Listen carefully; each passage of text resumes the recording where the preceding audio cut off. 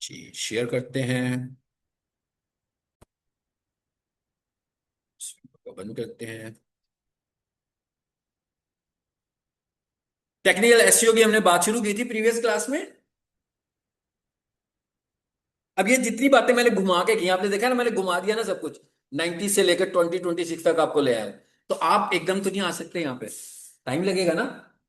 तो आप डिसअपॉइंट नहीं होंगे कि भाई 3 महीने का कोर्स कर भी लिया तो कुछ नहीं कर पा रहे हैं। It takes time. पता नहीं कितनी दफा मुझे भी नाकामी हुई होगी। एकदम पहली दफा में तो कामयाबी नहीं हो जाती है ना यार। हाँ, हो सकता है कई लोगों का मैंने काम शुरू किया हो, उन्होंने कहा भाई आज नहीं आता तो क्यों आए हो मेरे पास। हाँ, फिर मैंने सीख लिया हो उसके बाद। लेकिन अगर मैं किसी के पास जाऊंगा नहीं तो मैं नहीं सीख सकता। आपको मुश्किल मुश्किल कामों को हाथ डालने हैं, क्योंकि जब तक आप मुश्किल काम को हाथ नहीं डालेंगे आप लर्न नहीं करोगे। आपसे किसी ने सीधा सीधा काम नहीं करवाना। सबने आपसे कॉम्प्लेक्स काम करा। आज भी हमारे मेरे पास वो ऑर्डर ज्यादा आते हैं, क्योंकि मैं फिजिकल कंपनी रन नहीं कर रहा हूँ, कोई एडवर्टीजमेंट नहीं है। तो मेरे पास वो क्लाइंट्स आते हैं ज्यादातर जो काम सारे एक एक दफा पकड़ चुके होते हैं और किसी से नहीं हो रहा होता। आसान काम बहुत कम आते हैं, मुश्किल काम ज्यादा आते हैं, क्योंकि आसान काम करने वाले इतने सारे तो लोग हैं। अभी मैंने नेफटेक का बैच पढ़ाया, उसमें 50 लोग थे। मैंने तो गवर्नमेंट का कोर्स एक कॉलेज में पढ़ाया, तकरीबन 40,000 लोगों ने इन 3 महीनों में डिजिटल मार्केटिंग की ट्रेनिंग ली, फ्री में गवर्नमेंट से। ठीक है, तो इसका मतलब क्या हुआ, कितने लोग निकलेंगे भाई, ये सिर्फ इन 3 महीनों में गवर्नमेंट ने फ्री नेपटेक की ट्रेनिंग दी। इसका मतलब क्या हुआ कि हर 3 महीने के बाद, यूं कह लेते हैं हर 6 से 8 महीनों के बाद 50,000 डिजिटल मार्केटिंग के लोग निकल रहे हैं। बट स्टिल प्रॉब्लम वही है, काम करना नहीं आता। सिर्फ कोर्स आया हुआ, काम करना कब आएगा, जब फटीक थोड़ी सी बर्दाश्त करेंगे। फटीक क्या है, कामयाबी भी नहीं मिलेगी, शायद शुरू में पैसे भी नहीं मिलेंगे, बट तब तक नहीं कोई बंदा पैसे देगा। 3 माह तक नहीं देगा, आप सीख के चले जाएंगे, फिर तो आपको कोई बंदा पैसे देगा ना। मतलब किसी का काम तो आपको फ्री करना पड़ेगा तजर्बे करने के लिए।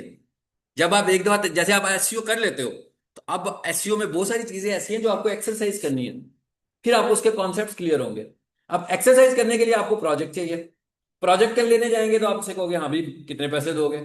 अब जब आप मेरे से अक्सर स्टूडेंट ये पूछते हैं, कोर्स करते ही सबसे पहला क्वेश्चन ये होता है कि सर अगर कोई एसईओ का क्लाइंट मेरे पास आ गया है, कितने पैसे मांगू। ठीक है, ये क्वेश्चन ही नहीं है आपका, it is not your question. ठीक है, नंबर वन, अगर तो आपका रेफरेंस है तो उसे कि भाई आपने जितने पैसे देने हैं मुझे दे दे। अगर आपने देने हैं दे दे, नहीं देने हैं तो ना देना। असल में आपको पहले 3 महीनों के बाद सिर्फ हर प्रोजेक्ट पे हाथ साफ करना है अपना, एक एक दफा कम से कम जरूर। हाथ साफ नहीं होगा तो आपको काम करना नहीं आएगा। कोई बंदा आपको हायर करेगा, बहुत जल्दी फायर करेगा। हायर करेगा फायर करेगा, क्यों करेगा, भी काम ही नहीं आता आपको। आपको सिखाने के लिए तो हायर नहीं किया ना। सिखाना है तो इंटर्नशिप करो मेरे साथ। सिखाने के लिए तो हायर, और इंटर्नशिप भी तब जब आप कॉन्सेप्चुअल चीजों को सीख कर आगे गए होंगे।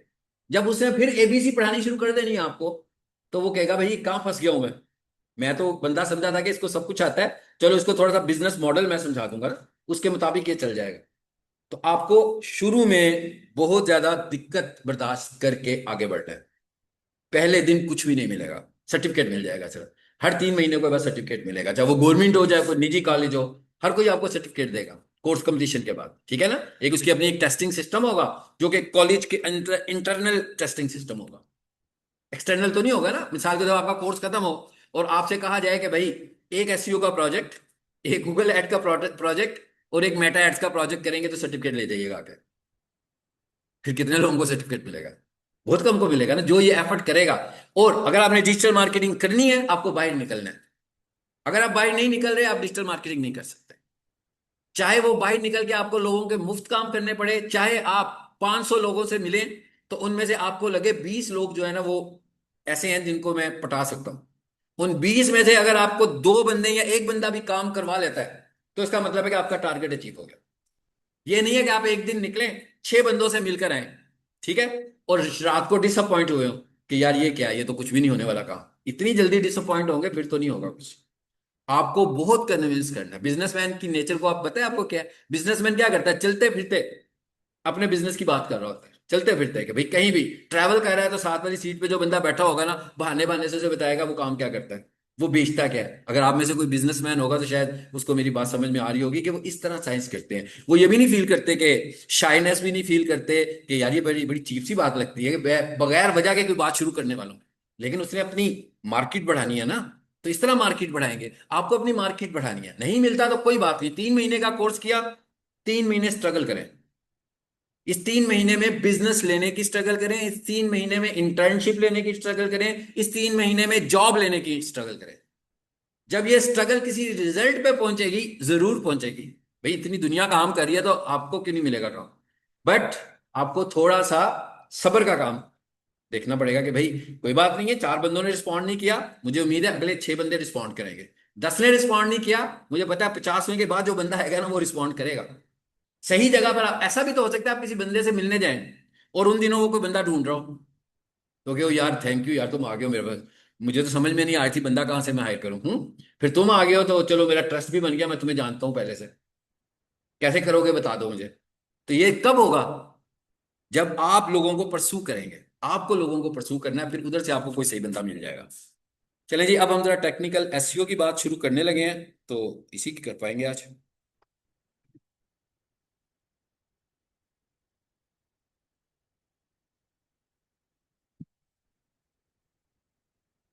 एसईओ,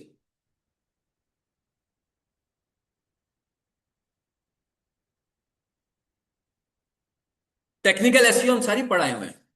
मतलब आज कोई हम टेक्निकल एसईओ शुरू नहीं कर रहे, वो तो हम पढ़ाए हुए हैं। मेरा प्रीवियस क्लास में आप लोगों ने मुझे चेकलिस्ट बनाकर भी दी थी, ये किया ये किया ये किया। टेक्निकल एसईओ का एक स्ट्रॉन्ग फैक्टर है जिसको भी हमने डिस्कस नहीं किया था, उसे हम आज डिस्कस करने वाले हैं। And that is core web vitals. ये क्या चीज है, इसको समझते हैं। इसमें जो चीजें आ रही हैं वो हम पहले ही पढ़ चुके हुए हैं। साइट मैप, शाइट मैप, ये सब हो चुका हुआ है। ये इसको जरा पढ़ते हैं, ये क्या चीज है।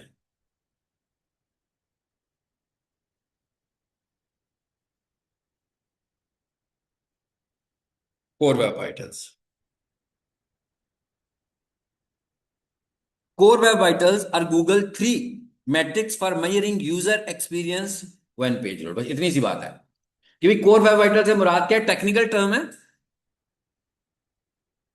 मुराद क्या है इससे, कि आपकी वेबसाइट पर जब लोग आते हैं तो उनका एक्सपीरियंस कैसा होता है। इस एक्सपीरियंस को चेक कौन कर रहा है, क्राउलर। मतलब ये तो नहीं हो सकता ना कि एक बंदे को आपकी वेबसाइट पे आके अच्छा नहीं लगा तो वो गूगल को फोन करेगा भी मुझे ये वेबसाइट अच्छी नहीं लग रही। ये इस चीज को टेस्ट कौन कर रहा है, क्राउलर। क्यों, क्राउलर आपकी वेबसाइट को डिस्कवर करता है पहले, फिर क्राउलर आपकी वेबसाइट को क्राउल करता है, फिर क्राउलर ने आपकी वेबसाइट को इंडेक्स करना है। बिल्कुल ऐसी है जैसे मैं ये कह रहा हूं कि इस क्लासरूम में पेपर हो रहा है, तो मुझे पता है भाई ये जो लोग पेपर दे रहे हैं ये इस कॉलेज के ही हैं, तो इसका मतलब क्या, वो डिस्कवर हो गए। उसके बाद मैं आपको देख रहा हूँ वो पेपर कैसे करने लगे हुए हैं। फिर क्या हुआ, पेपर मेरे हाथ में आया और जो आपका क्लास टीचर था उसने पेपर चेक कर लिया। उसको चेक करने के बाद हमने उसकी एक तरतीब लगानी कि किस स्टूडेंट के नंबर सबसे ज्यादा आए हैं, फिर किसके नंबर कम आए हैं, फिर उससे कम किसके आए हैं, उससे कम किसके आए हैं। तो क्या हुआ, इंडेक्सिंग हुई कि नहीं हुई। जब इंडेक्सिंग हो गई और एक रिजल्ट कार्ड बन गया, तो सबसे ऊपर कौन आ गया, जिसके नंबर सबसे, इट इज एसईओ। मैं क्या, एसईओ भी ऐसे ही है, गूगल भी ऐसे ही कर रहा है। गूगल कह रहा है इंडेक्स में उसको करूंगा जिसका काम मुझे पसंद आएगा। कैसे पसंद आएगा, अभी तक जो हम एसईओ पढ़ रहे थे ये सारे इसकी पसंदीदगी के फैक्टर्स थे। अब एक फैक्टर अब और देखने जा रहे हैं, वो ये कहता है कि भाई मैं आपकी वेबसाइट्स को देख रहा हूं और मैं देखता हूं कि आपकी वेबसाइट पे यूजर एक्सपीरियंस अच्छा है कि बुरा है। अब यूजर एक्सपीरियंस का स्टैंडर्ड या यूजर एक्सपीरियंस का क्राइटेरिया, ये कौन बना रहा है। यूजर एक्सपीरियंस का स्टैंडर्ड भी गूगल ही बना रहा है। यूजर एक्सपीरियंस का स्टैंडर्ड गूगल खुद से बता रहा है कि लोग आपसे ये चाहते हैं, आपकी वेबसाइट ऐसी होनी चाहिए, कैसी होनी चाहिए। तो उसने कहा भाई आप इस चीज को देखें जरा कि आपकी वेबसाइट जो है ना वो 3 हिस्सों में लोड होती है। अब जरा टेक्निकल पॉइंट्स की बजाय हम पहले एक जनरल बात करें कि जब भी कोई बंदा वेबसाइट खोलेगा तो वेबसाइट 3 हिस्सों में लोड होगी। पहला प्रोसेस, लोडिंग। www किसी ने एंटर कर दिया या क्लिक कर दिया तो पहला प्रोसेस क्या होता है, लोड होना शुरू हो जाता है। कहता है भाई लोड हो रहा है। उसके बाद दूसरा प्रोसेस क्या होता है, लोड होते हुए जरा थोड़ा सा आगे बढ़ा, पेज लोड होना शुरू हो गया। फिर क्या हुआ, इंटरेक्टिविटी। कि भाई अब क्या हुआ, पहले लोड होना शुरू हुआ था, पेज बिल्कुल वाइट था। लोड हुआ तो कुछ ना कुछ नजर आना शुरू हो गया। अब कुछ ना कुछ जब नजर आना शुरू हो गया, इसका मतलब है कोई एक चीज तो नजर आ गई। तो इसको हम क्या बोल रहे हैं, इसको हम बोल रहे हैं जी इंटरेक्टिविटी। उसके बाद तीसरा फेज जो है वो है विजुअल स्टेबिलिटी। इसका क्या मतलब हुआ, वेबसाइट लोड हुई तो विजुअली स्टेबल हो गई। विजुअली स्टेबल का क्या मतलब है कि अब बिल्कुल फ्रीज हो चुकी हुई है। जैसे ये पेज फ्रीज हुआ है, ना ऊपर जा रहा है ना नीचे जा रहा है, मैं माउस यूज करूंगा तो लेफ्ट राइट मूव होगा।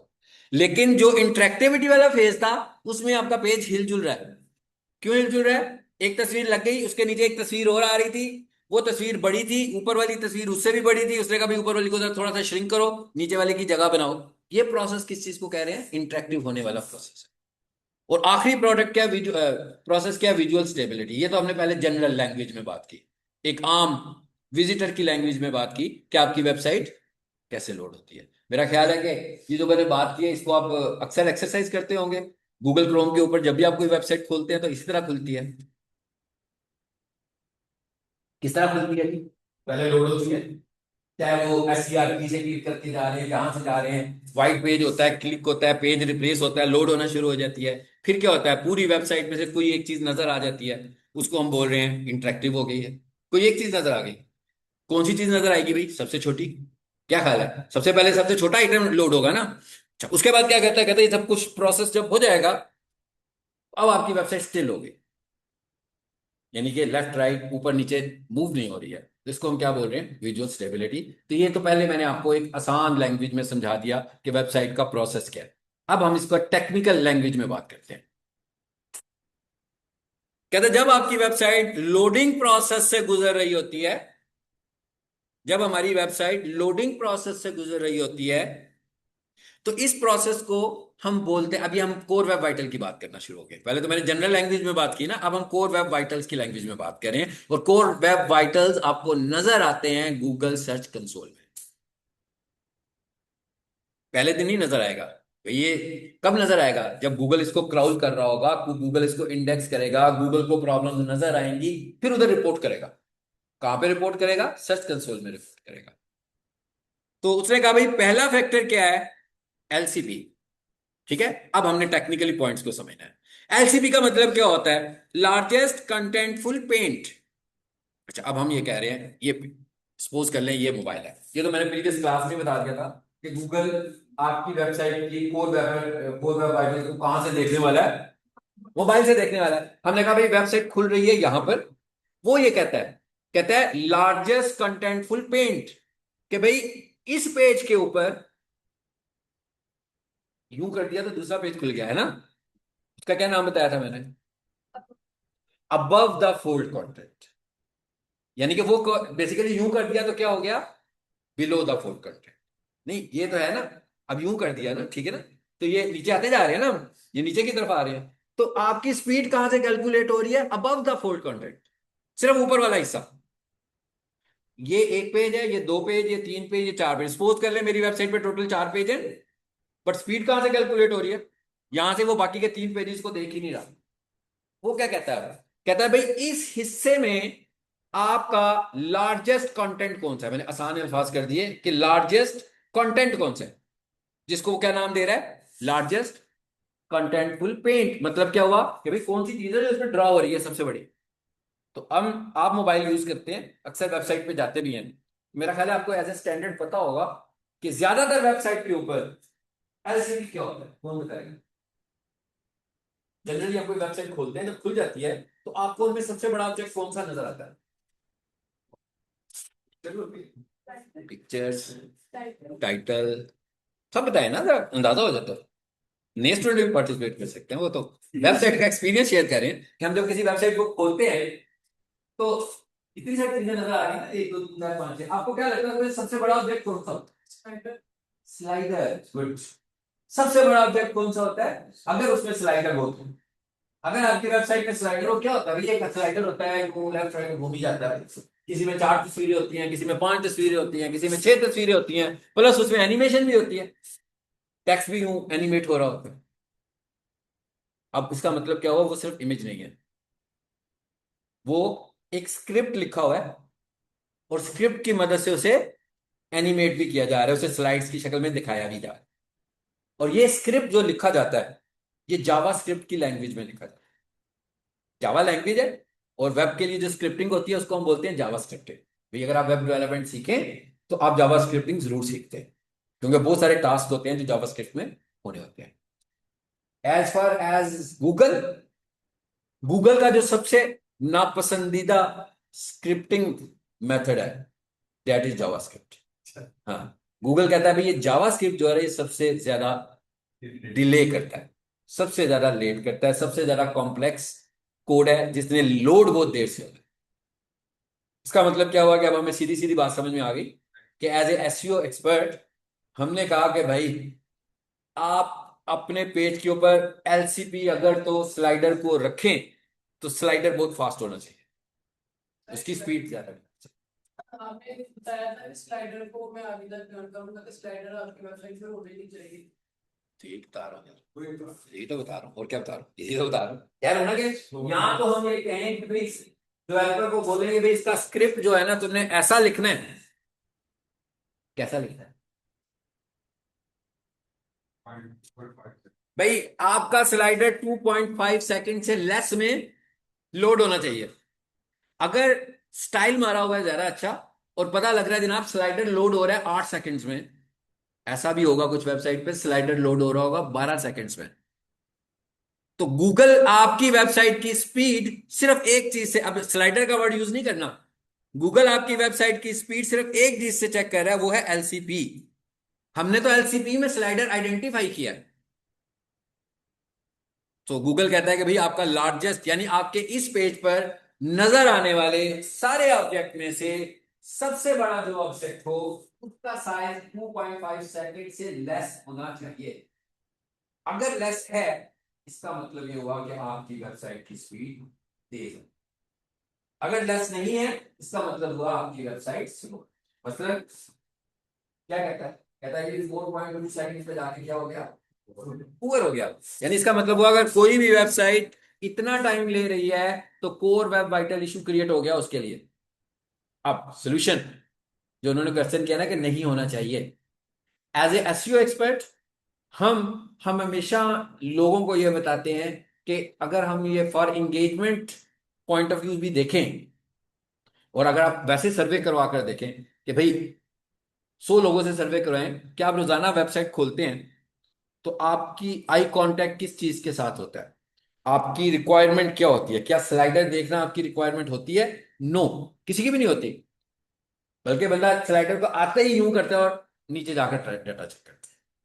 तो इसका मतलब क्या हुआ कि हम ये कहते हैं लोगों को ये कहते हैं चॉइस है उनकी, कि भाई पेज के शुरू में स्लाइडर ना लगाओ। क्या हुआ, मिसाल के तौर पर 12 सेकंड्स का स्लाइडर था, नहीं लगाया। अब क्या हुआ, अब गूगल ने दूसरा बड़ा ऑब्जेक्ट ढूंढना शुरू कर दिया, ऐसे ही है ना, स्लाइडर तो था ही नहीं। हमने क्या किया भाई, 200 किलोबाइट्स का एक इमेज लगा दिया भाई। अब क्या हुआ, अब तो स्पीड कम हो गई एकदम से। तो इसका मतलब क्या हुआ कि अब स्पीड शायद आ रही हो 2.3, 2.5, 2.1, 1.8 सेकेंड। इसका मतलब हुआ कि पहला टेस्ट पास हो गया, टेक्निकल एसईओ का, कोर वेब वाइटल्स का पहला टेस्ट पास हो गया कि भाई आपकी वेबसाइट की स्पीड बेहतर होनी चाहिए। तो उसने कहा भाई मैं यहां से लूंगा। अब कस्टमर के लिए क्या हमारे पास इसका कोई अल्टरनेट मौजूद है? यानी वो बड़ा दुखी हो गया, सैड हो गया कि भाई ये तो स्लाइडर ही चला गया मेरा। तो क्या हमारे पास इसका कोई अल्टरनेट मौजूद है? जावा के अलावा आप बताएं सर, क्या ख्याल है? मैंने जितना बताया इसमें जवाब भी है इसका। मैंने कहा मैंने अभी तक जितना इसको एक्सप्लेन किया है ना, इसमें इसका जवाब मौजूद है कि क्या इसका कोई अल्टरनेट मौजूद है।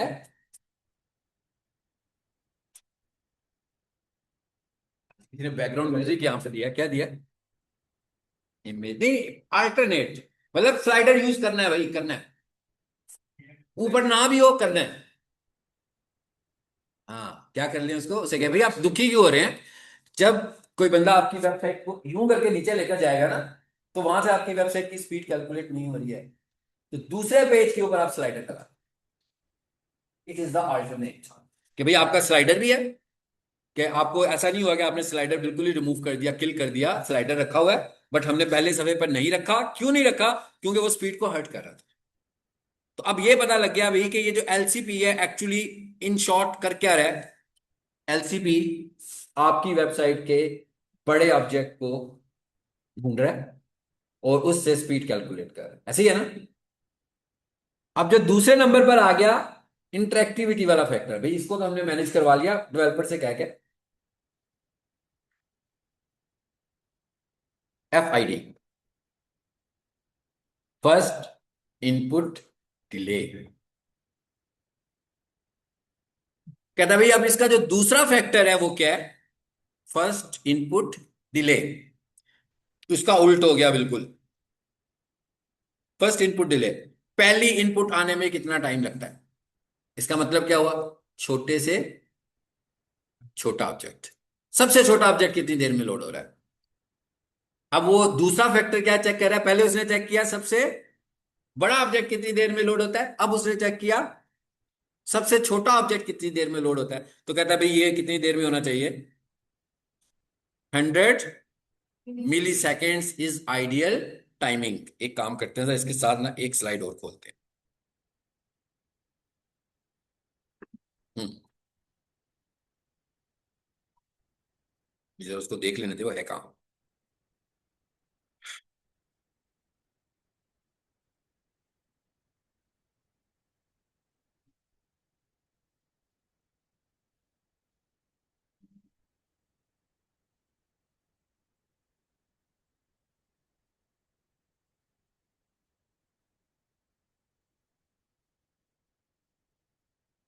ये लिखा हुआ है जी, टेक्निकल SEO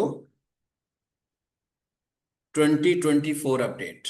यानी अभी जो मैं डिस्कस कर रहा हूं ये 2024 तक के सिनेरियो में डिस्कस कर रहा हूं।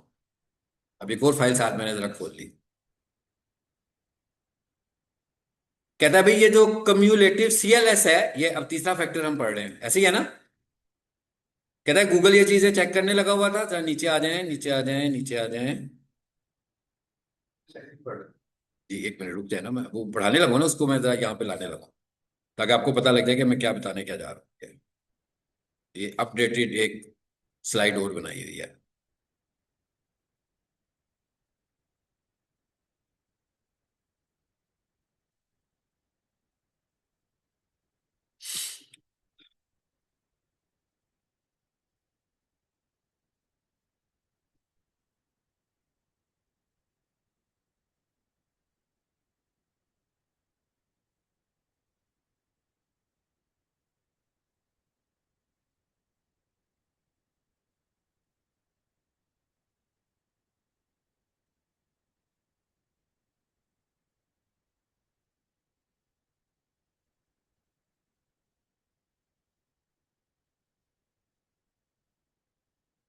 जी अब जरा देखते हैं, वो तो मैंने आपको एक्सप्लेन कर दिया कि वो क्या था। First input delay, FID। INP, अब एक नई टर्म इंट्रोड्यूस करवाई मैंने यहाँ पे, INP, interaction to next point. इसे रिप्लेस कर दिया गूगल ने 2024 में, किससे, FID को रिप्लेस कर दिया INP के साथ। उसने कहा भाई अब थोड़े से स्टैंडर्ड्स हमारे चेंज हो गए, यानी 2024 के बाद FID की वर्थ नहीं रही, बल्कि उसकी जगह पर क्या आ गया, INP आ गया। अच्छा ये INP कैसे काम कर रहा है, क्या क्या चेक कर रहा है, इनपुट डिले, वो सिर्फ इनपुट डिले चेक कर रहा था ना ज्यादातर। फिर क्या कर रहा है, processing time, the duration required to execute the JavaScript event handler associated with the interaction. Interaction के साथ साथ इसको भी चेक कर रहा है वो, जावास्क्रिप्ट को। देखिए उसकी सबसे बड़ी प्रॉब्लम ही जावास्क्रिप्ट है, हर जगह पर वो जावास्क्रिप्ट का दुख लेके बैठा हुआ है, ठीक है। अच्छा इधर आ जाए, फिर क्या लिखा हुआ आ रहा है, presentation delay, the time it takes for the browser to recalculate the layout and paint the updated pixel on the screen। कहता है इसको भी प्रेजेंटेशन डिले को भी वो कैलकुलेट करने लग पड़ा है। यानी कि पहले वो थोड़ी चीजें कैलकुलेट कर रहा था, 2024 के बाद गूगल ने अपने एल्गोरिदम को चेंज किया और उसने कहा भाई अब ये सब चीजों को वो चेक करेगा। और अब मैंने क्या नाम दे दिया, आईएनपी। फिर क्या आ रहा है, scrolling threshold, a good INP score means the page respond quickly nearly to all interactions. यानी कि हर तरह की इंटरेक्शन में अगर आईएनपी आपको अच्छी वैल्यू आईएनपी नजर आ रही है, तो इसका मतलब है कि इसका रिजल्ट अच्छा आ रहा है। गुड क्या होगा, 200 मिली सेकेंड्स। इंप्रूवमेंट क्या होगा, 200 टू 500 मिली सेकेंड्स। और बहुत बुरे हालात जो होंगे वो होंगे, इट इज रिप्लेस्ड। जो भी मैंने आपको क्राइटेरिया बताया उसको इसने रिप्लेस कर दिया। अब आ जाते हैं वापस दूसरी स्लाइड में। इसको उसने रिप्लेस कर दिया, एफ को उसने रिप्लेस कर दिया।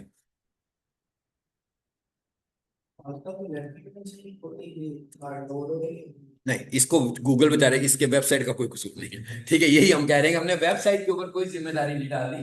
फाइल लगी हुई है तो स्लो खुलेगी ना, ठीक है। मैं कह इसकी यही तो चीज है, हम यही समझ रहे हैं कि हम ये कह रहे हैं कि अक्सर हम क्लाइंट के पास जाकर के ना, आपकी वेबसाइट स्लो चलती है, तो सबसे पहले वो क्या करता है, वो यूं हमें देखता है, अपना मोबाइल पकड़ता है, लिखता है टिक टिक टिक टिक टिक, कहता है ये देखो भाई कहाँ स्लो खुल रही है, तो इतनी स्पीड से खुल रही है। भाई उसने 10 दफा अपने मोबाइल पे वेबसाइट खोली है, वो तो लोड ही नहीं हो रही, वो तो वहीं से खुल गई है, उसकी कैश मेमोरी से खुल गई है। So it is not the way to check the speed. ये जो कोर वेब वाइटल्स हैं, ये आपको आपकी वेबसाइट की स्पीड बता रहे हैं। F12 किया मैंने, F12 सीधा रिजल्ट आया। क्या कहता है भाई, बहुत अच्छी बात है। एलसीबी कितना आ रहा है इसका, ग्रीन कलर में आ रहा है, इज फाइन। सिर्फ F12 किया तो उसने ये रिजल्ट मुझे दे दिया, ठीक है। इंस्पेक्ट की विंडो,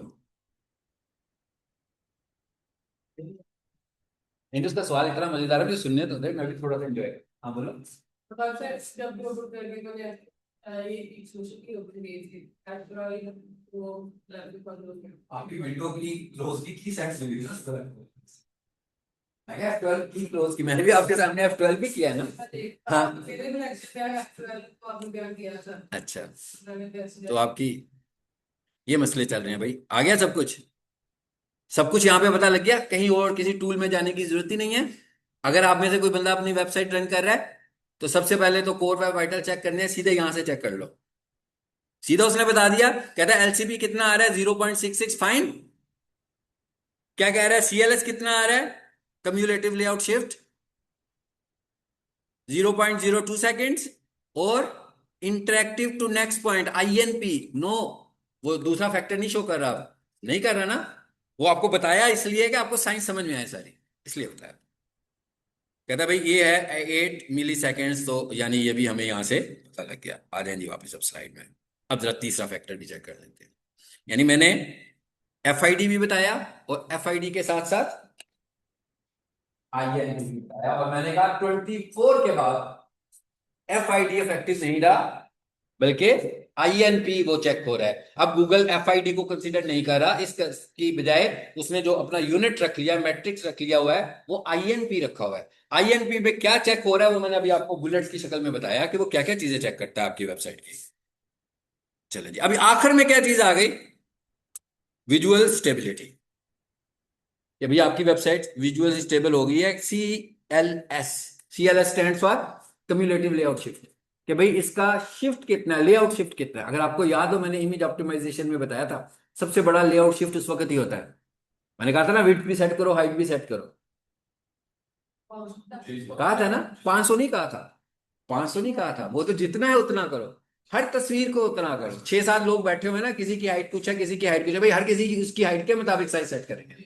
जितने इमेजेस होंगे उन सब की इमेज की साइज के मुताबिक, जो स्केयर होगा उसका स्केयर बता दूंगा, जो पोर्ट्रेट होगा उसका पोर्ट्रेट बता दूंगा, जो लैंडस्केप होगा, पता कैसे लगेगा भाई, इमेज पे जाऊंगा मुझे खुद ही पता लग जाएगा इसका एक्चुअल साइज क्या है। साइज खराब नहीं करना, इस तरह तो आपका क्लाइंट आपसे लड़ पड़ेगा, ठीक है भाई ये क्या किया आपने भाई, तस्वीरों का सत्यानाश कर दिया, ये तो पता भी नहीं लग रहा ये कौन सी चीज है। एक साइज भी नहीं करना। इट इज नॉट पॉसिबल कि मैं माउस और मोबाइल दोनों हाथ में पकड़े हुए हैं, क्या दोनों का एक साइज हो सकता है? अगर मैं वेबसाइट पे दोनों का एक साइज कर लूंगा, तो इनमें से कोई एक चीज पहचानी भी नहीं जाएगी ना, यहाँ मोबाइल नहीं पहचाना जाएगा, तो यहाँ माउस नहीं पहचाना जाएगा कि ये मोबाइल माउस है, बल्कि ऐसे लगेगा जैसे आपने किसी तस्वीर को जोर जबरदस्ती कॉम्प्रेस किया हुआ है। तो हमने साइजिंग नहीं करनी है। साइजिंग अगर हमें अच्छी नहीं लग रही तो हम डेवलपर से कहेंगे यार इसके साइजेस को बेहतर करो, बस। अगर हमने तो उन्हीं साइजेस को सिर्फ क्या किस में कन्वर्ट कर देना, सीएलएस में, कि लेआउट शिफ्ट ना हो, गूगल को बताते जाओ भाई ये साइज ये साइज ये साइज ये साइज। तो अब वो ये कह रहा है ये सिर्फ इस इमेजेस के लिए नहीं है, बल्कि ये लेआउट शिफ्ट फोन्ट्स में भी होता है। फोन्ट्स का मतलब क्या हुआ? भाई आपने वेबसाइट बनवाई, जैसे आप माइक्रोसॉफ्ट वर्ड खोलते हैं और कुछ लिखना शुरू कर देते हैं, ऐसा तो नहीं होता कि आपकी मर्जी का फोन चल पड़े एकदम से। एक by default standard phone execute हो जाता है, आप लिख लेते हैं, ठीक है, वो जो भी होगा माइक्रोसॉफ्ट ऑफिस का जो भी है, आप कुछ लिख लेते हैं, हाईलाइट करते हैं, ऊपर क्लिक करते हैं, अपनी मर्जी का फोन सेट करते हैं। आपने क्या किया हुआ है, आपने अपनी वेबसाइट के ऊपर एक कस्टमाइज किस्म का फोन यूज किया हुआ है, जो कि आपको बहुत अच्छा लगता है, बट वो एक स्टैंडर्ड फॉन्ट नहीं है। उस फॉन्ट को अगर आपने भी इस्तेमाल किया तो इंस्टॉल करके किया, तो इसका मतलब क्या हुआ, उसे दूसरों ने भी इस्तेमाल करना है तो इंस्टॉल करके करना है। मतलब क्या हुआ, जब आपकी वेबसाइट खुली तो फोन तो उस लैपटॉप पे था ही नहीं, ना मोबाइल पे था ना कंप्यूटर पे था। तो पहला काम, आपकी वेबसाइट ने उस इंटरनेट ब्राउजर को जाकर पहला टास्क दे दिया, फोन इंस्टॉल करो। अब वो फोन इंस्टॉल हो रहा है तो आपकी वेबसाइट लोड होती जा रही है होती जा रही है। इसका मतलब क्या हुआ, सीएलएस बढ़ना शुरू हो गया, कम्युलेटिव लेआउट शिफ्ट बढ़ना शुरू हो गया। सो गूगल ने कहा कि भाई अच्छा तरीका ये है कि स्टैंडर्ड फोन्स इस्तेमाल करें, आई कैचिंग स्टैंडर्ड फोन्स जो कि बाई डिफॉल्ट फोन्स हो। बट स्टिल अगर आप चाहते हैं कि आप स्टैंडर्ड फोन्स इस्तेमाल नहीं करना चाहते, तो फिर आप फॉन्ट स्वैपिंग कर लें। अगर आपको याद हो प्रीवियस क्लास में मैंने आपको एक छोटा सा सीएसएस का कोड दिखाया था दूसरी स्लाइड में, टेक्निकल एसईओ वाली स्लाइड में। तो मैंने क्या कहा था आपको, टेक्निकल एसईओ 2, ये सीधा आ गया सामने आपके। It is the code of font swapping. कहता है अगर स्टिल आप जिद पे अड़े हुए हैं कि नहीं भाई मुझे तो अपने वाला यूनिक फॉन्ट ही डालना है, जो कि अच्छी प्रैक्टिस नहीं है, तो फिर आप एक छोटा सा कोड जो है ना अपनी वेबसाइट के हेड पे डाल दें। अगर आप हर पेज के ऊपर अलग फॉन्ट कर रहे हैं तो हर पेज के हेड पे डालें, सिर्फ ये लिख दें उससे क्या, कि भाई फॉन्ट फेस क्या करो, ये ओपन सैन कर दो, ये डिफॉल्ट फॉन्ट होता है। मैं क्या, डिफॉल्ट फॉन्ट ये होता है। नीचे लिख दिया साइज, डिफॉल्ट साइज ये होता है। आपने उसे जोर जबरदस्ती उसको कहा कि भाई जैसे ही मेरी वेबसाइट लोड हो, ये भी लोड होने में टाइम तो लेगा बट बहुत कम टाइम लेगा। और फिर आगे आपने लगा दिया font dash display colon swap, ये कोड है सीएसएस का, जो कि हमारे कोर्स का हिस्सा नहीं है, इसीलिए मैंने एक as it is code code आपको बताया हुआ है और इसकी लोकेशन भी बता दी कि भाई इसे कॉपी करो और वहां पे जाके सिर्फ पेस्ट कर दो। ये हर किसी के लिए रिजर्व रहेगा, इसमें कोई अपने मुताबिक कोई चेंज नहीं करनी आप, ठीक है। हाँ करनी भी है तो फोन आपको लग रहा है कोई और लगना चाहिए स्टैंडर्ड, कर दें, इसकी जगह पर कोई और फोन नेम टाइम। लेकिन अगर मैं इस चीजों को चेंज करूंगा तो डिफॉल्ट से तो फिर हट जाऊंगा ना। तो कहता है भाई इसको कॉपी करो, फोन डिस्प्ले स्वैप, इसका क्या मतलब है, ये बिल्कुल as it is copy paste कर देना भाई। जब आप सीएसएस सीखेंगे तो आपको समझ में आ जाएगा कि करली ब्रैकेट क्यों इस्तेमाल हुई हुई है, ये एट द रेट ऑफ का फंक्शन क्यों लगा है, सेमी कॉलन क्या करता है। ये सीएसएस जो पढ़ते हैं या पढ़ चुके होंगे उन्हें अंदाजा होगा कि ये क्या चीज है। कॉपी किया, फोन स्वैप क्या करेगा, फोन स्वैप इंतजार करेगा उस फोन के इंस्टॉल होने का। जैसे ही वो फोन इंस्टॉल हो जाएगा तो उसको रिप्लेस कर देगा। बट जब हाँ बट वो जब रिप्लेस करेगा एक झटका फिर लगेगा, लगेगा ना, मेरे को उस वक्त भी एक झटका लगेगा उसको। और वो झटका कौन से वाला होगा, सीएलएस कम्युलेटिव लेआउट शिफ्ट वाला एक झटका, मगर वो पहले वाले झटके से जरा छोटा झटका होगा। सो it is not recommended, but even अगर आप ये अभी भी करना चाहें तो आप फोन स्वैपिंग कर सकते हैं। ये था कोडिंग वाली वेबसाइट, ये है वर्डप्रेस की वेबसाइट। प्लगइन्स में जाएं और प्लगइन्स के अंदर लिखें फोन इंस्टॉल करने के लिए, प्लगइन इंस्टॉल करने के लिए टाइप करें स्वैप गूगल फोन डिस्प्ले। ये एक छोटा सा प्लगइन है, इसे क्लिक करें, इंस्टॉल होगा। वर्डप्रेस में क्या तरीकाकार होता है, प्लगइन इंस्टॉल करो, प्लगइन में जाओ, नाम टाइप करो, लिखा हुआ आएगा इंस्टॉल, इंस्टॉल करो। इंस्टॉलेशन जैसे ही कंप्लीट होगी मैसेज आएगा एक्टिवेट, एक्टिवेट कर दो। चल पड़ा, इसकी कोई सेटिंग नहीं है, इसकी कोई सेटिंग नहीं है, जस्ट इंस्टॉल। इसको आपने सिर्फ इंस्टॉल करना है और कुछ भी नहीं करना। ठीक है जी, ये टेक्निकल एचसीओ हमारा आज कंप्लीट हो गया। अगला जो लेक्चर होगा इंशाल्लाह हमारा लिंक बिल्डिंग स्ट्रेटेजीज पर होगा, ठीक है। और उसके बाद एक लेक्चर हम वर्डप्रेस का लेंगे, ठीक है। अच्छा, एक हमारी सैटरडे की क्लास बन रही है।